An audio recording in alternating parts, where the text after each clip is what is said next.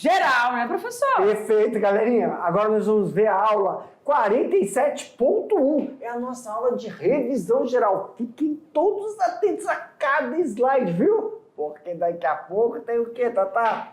A revisão, a avaliação. É a avaliação. Então vamos lá, não vamos perder tempo para a gente poder ir passo a passo. Na tela, diretor. Na tela. Galera, aula 47.1, que é a de revisão, nós falamos aí da aula de reprodução, infecção das doenças sexualmente transmissíveis, métodos contraceptivos, desenvolvimento embrionário parte 1, histologia animal, epitelial, tecido conjuntivo parte 1 e parte 2, parte 3? Não. Tecido muscular. Vamos lá, gente. Na aula 36, nós falamos sobre a reprodução, o sistema genital masculino e feminino, e falamos da ação dos hormônios, professor Jefferson, foi muito legal. Gente, olha só, nós vimos todo o aparato masculino, ou seja, os órgãos externos visíveis, né? E os órgãos internos ali que vão ajudar no percurso desse espermatozoide que é produzido ali na gônada masculina, ou seja, no testículo, tá? Dentro do testículo nós vimos que existe aí os túbulos seminíferos, onde você vai ter a produção, né? E aí essa parte superior ao testículo você tem o epidídimo, que é onde ele vai ganhar maturidade, vai ganhar mobilidade e aí vai seguir o seu percurso, que é esse longo ducto aí chamado de canal deferente. Nesse canal deferente você tem aí, vai passar pela vesícula seminal, pela próstata, formando o quê? O esperma. Às vezes as pessoas confundem, né? Mas dentro desse esperma você vai ter tanto o espermatozoide quanto todos esses líquidos e todas essas glândulas, tá bom? E aí você vai ter o processo aí de ejaculação através da uretra, do canal uretral, que no homem tanto vai servir para a ejaculação, liberação do esperma, quanto para a formação da urina, liberação da urina. Tudo bem? Falamos também dos hormônios, e aí dentro desses hormônios, a testosterona aí que vai participar desse processo de diferenciação, além dos que vão estar ali dentro dos testículos, tá? Na mulher a gente falou sobre toda essa região presente, né? A vagina, que vai receber a penetração do pênis no ato sexual, o útero, falamos das tubas uterinas, né? E falamos também dos ovários, que são as glândulas femininas para a produção dos ovócitos, tudo bem? Falamos dessa diferenciação aí, na questão hormonal, que do homem, da mulher, a produção desses óvulos femininos que está ali dentro ainda na vida uterina desse bebê, tá? Falamos também da fecundação. A fecundação é o processo que vai ocorrer o encontro do espermatozoide com o ovócito secundário e aí vai ser fusionado aí os seus núcleos, onde você vai ter a formação da célula ovo ou zigoto.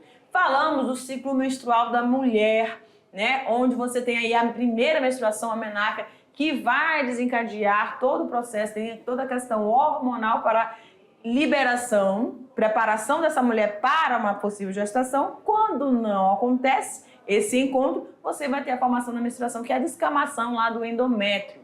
Tudo bem? Na aula 37.1, prof. Na aula 37 nós falamos sobre o HPV, candidíase, HIV, preservativos, né? Tem o DIU, diafragma, tabelinha e a pílula. Então trata-se então aí das infecções sexualmente transmissíveis e os métodos contraceptivos. Perfeito. E aí, né, galerinha, lembra, falamos dessas doenças como a gonorreia, candidíase, HIV. Então, o que é primordial, professor? O uso de preservativos e alguns outros cuidados, né, que devemos ter, não só ao usar o preservativo, mas a higienização, não só do aparelho masculino e feminino, mas também das roupas íntimas. Muitos, né, são adquiridos não só por ato sexual, mas por formites. O que são formites, professor? É quando não higieniza a calcinha, não higieniza a cueca. E também o quê? Esse negócio de compartilhar toalhas, né? Roupas íntimas, biquíni, maiô. Não, isso pode ser formites, também pode causar transmissão indireta desses agentes aí.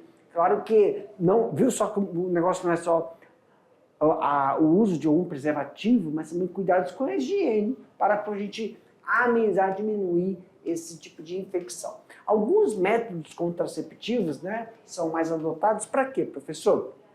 Para, não é falar evitar ou não ter filhos, mas é para que você possa planejar esse processo de você realizar o quê? Realizar a sua desenvolvimento familiar, seu grupo familiar.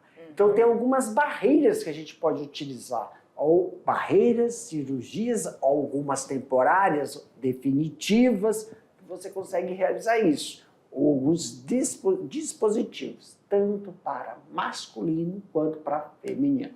Perfeito. Falamos na aula 38 sobre desenvolvimento embrionário e das etapas que ocasionam todo esse desenvolvimento, a segmentação, a gastrulação, a organogênese e os anexos embrionários são formados dentro desse processo. E aí a gente falou então da segmentação, que é aquela divisão celular contínua, tá? Quem foi, prof?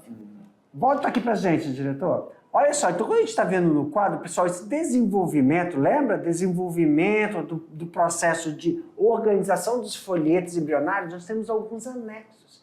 Esses anexos são vitais para que ocorra a troca gasosa, para que ocorra também o processo de você, o feto em desenvolvimento, absorver esses nutrientes. Uma coisa, o processo de mórula, blástula, clástula, neurula, que é a formação desses folhetos, e também, professor, o posicionamento, o core, o amino, que vai favorecer que ocorra todo o processo de proteção e também maturação do desenvolvimento desse embrião. É isso, Tatá? É isso mesmo, galera. E aí a gente falou também, a gente foi pontuando na aula sobre cada um desses processos, né? Então, quando a gente fala lá de folhetos embrionários, a gente tem que lembrar do quê? A ectoderme, mesoderme, endoderme. Cada um deles vão estar junto, participando para a formação de todos os tecidos, dos órgãos, dos sistemas em geral no organismo desse bebê, tá bom? E aí a gente falou também, pode jogar lá no diretor, no quadro. Falamos também da aula 40.1, histologia e tecido epitelial, epitélio de revestimento, epiderme, epitélio de secreção e glândulas. Eita. Ah, então fica assim. entendi. Entendi. Opa! Tecido epitelial. Funções, proteção, absorção, percepções. Vamos lá, galera. Tecido epitelial é aquele tecido com as nossas células justapostas. Deixa eu colocar tudo aqui, cadê? Aí. Tecido com células justapostas. Parece aqueles tijolinhos, né? E tem a função de proteção, absorção, percepção. Nós falamos sobre os tecidos de revestimento, né? Superfície, cavidade interna. Falamos da classificação em relação ao número das formas. A gente tem vários tipos. Deixa eu ver se ele... Ah, não apareceu aqui não, mas tudo bem. Nós vamos ter várias classificações em relação ao tamanho e ao formato dessas células dentro desse tecido epitelial. Falamos sobre também os tecidos glandulares, as glândulas endócrinas, as exócrinas, e aqui vão realizar tanto um quanto o outro processo aqui de secreção, externa ou interna. E aí nós falamos também na aula 42.1 do tecido conjuntivo. E aí dentro do tecido conjuntivo, que são vários, nós falamos do cartilaginoso e do tecido cartilaginoso ósseo, né? Dentro desse tecido nós vamos ter a presença de uma firmeza, né? Que é o tecido ósseo, e cuja função vai ser a sustentação, revestimento de superfícies articulares, facilitando o quê? Os movimentos. A observação está em relação à substância intercelular, que é formada por fibras colágenas e elásticas e por células dos tipos que são os condrócitos. Cada tipo de tecido, né, professor, tem um grupo de células e tem uma nomenclatura específica para você sinalizar aí qual é o tecido que nós estamos trabalhando. Em relação ao tecido ósseo, trata-se de um tecido de sustentação definitivo, mais duro e mais forte que a cartilagem. Vai conter os tipos de celulares, osteócitos, osteoblastos e osteoclastos, cada um em um nível de maturidade dessas células. Aí a função desse tecido ósseo: sustentação, movimentação, reservatório de mineral, proteção, formação de células do sangue, como a gente viu lá no tecido hematopoético, né? Então aí quando a gente fala aqui dos tecidos conjuntivos da parte 2, na aula 43, falamos sobre o tecido linfático, do sangue e o sistema imunitário, que estão aí bem conectados. Então, quando a gente fala do sistema linfático, é aquela irrigação, aquela drenagem que é feita dos extravasamentos das unidades celulares. Esse líquido é recolhido, se transformando na linfa, né? E a linfa, ela vai circular por todo o corpo. E aí a gente tem pontos importantes dentro desse tecido, que são as amígdalas, ou tonsilas palatinas, o timo e o baço. E as regiões das axilas e das virilhas, onde você vai ter um encontro de vários linfonodos que sinalizam pra gente, né, professor, quando a gente está com algum problema aí, né, no nosso organismo. E aí falamos do sistema do tecido sanguíneo, onde são formados, a partir da medula óssea, você vai ter o surgimento das hemácias, do plasma, os leucócitos que compõem esse sistema tecido hematopoético, tá bom? Falamos que essas hemácias são importantes para o transporte de gases respiratórios, os leucócitos para as nossas defesas. Falamos que as plaquetas, elas participam de uma função primordial na coagulação sanguínea, tá? E aí, na aula 43.1, nós falamos sobre o tecido muscular, tipos de tecido muscular, tá? Então, o que a gente tem aqui? Tecido esquelético, tecido muscular esquelético, o liso e o cardíaco.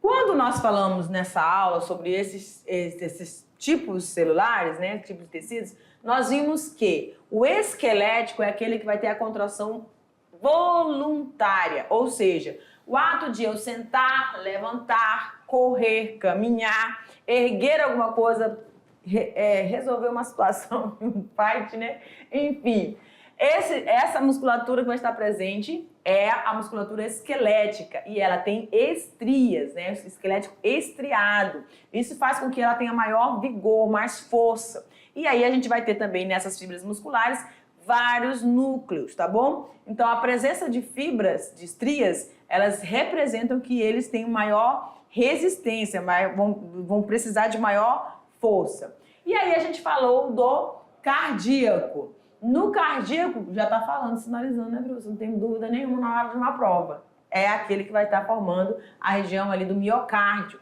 Também vai ter várias estrias, um único núcleo por célula e tem contração involuntária, certo? Certo. E aí, nessa contração involuntária,